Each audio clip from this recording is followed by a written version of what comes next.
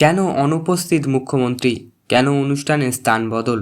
রাষ্ট্রপতির প্রোটোকল বিতর্কে নবান্ন কি রিপোর্ট পাঠালো শাহের মন্ত্রকে?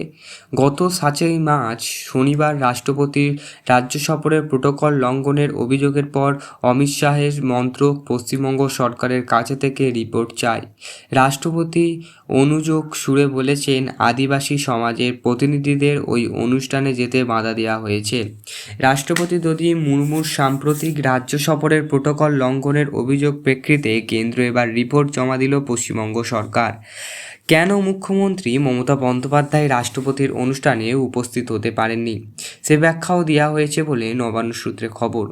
জানা গিয়েছে, রবিবার বেলার দিকে রাজ্যের মুখ্য সচিব নন্দিনী চক্রবর্তী কেন্দ্রীয় রাষ্ট্র সচিব গোবিন্দ মোহনের কাছে রাষ্ট্রপতির সফর এবং প্রোটোকল সংক্রান্ত নথি ও উত্তরবঙ্গ সফরের ওই সম্পর্কিত ঘটনা সংবলিত তথ্য পাঠিয়েছেন।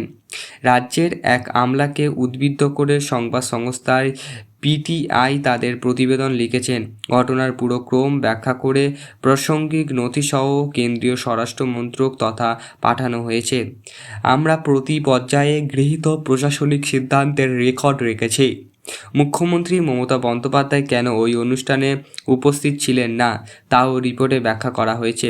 তাছাড়াও রাষ্ট্রপতি মুর্মুর সফরের সময় আন্তর্জাতিক আদিবাসী ও সাঁওতাল সম্মেলনের স্থান পরিবর্তনের সিদ্ধান্তের পেছনে কারণগুলি সম্পর্কে রাজ্য সরকার কেন্দ্রকে অবহিত রয়েছে। গত 7ই মার্চ শনিবার রাষ্ট্রপতির জন্য সফরের পর প্রোটোকল লঙ্ঘনের অভিযোগের পর অমিত শাহের মন্ত্রক পশ্চিমবঙ্গ সরকারের কাছ থেকে রিপোর্ট চায়। রাষ্ট্রপতি অনুযোগ সুরে বলেছেন, আদিবাসী সমাজের প্রতিনিধি ওই অনুষ্ঠানে যেতে বাধা দেওয়া হয়েছে। অনুষ্ঠানের স্থান পরিবর্তন নিয়েও প্রশ্ন তুলেছিলেন তিনি।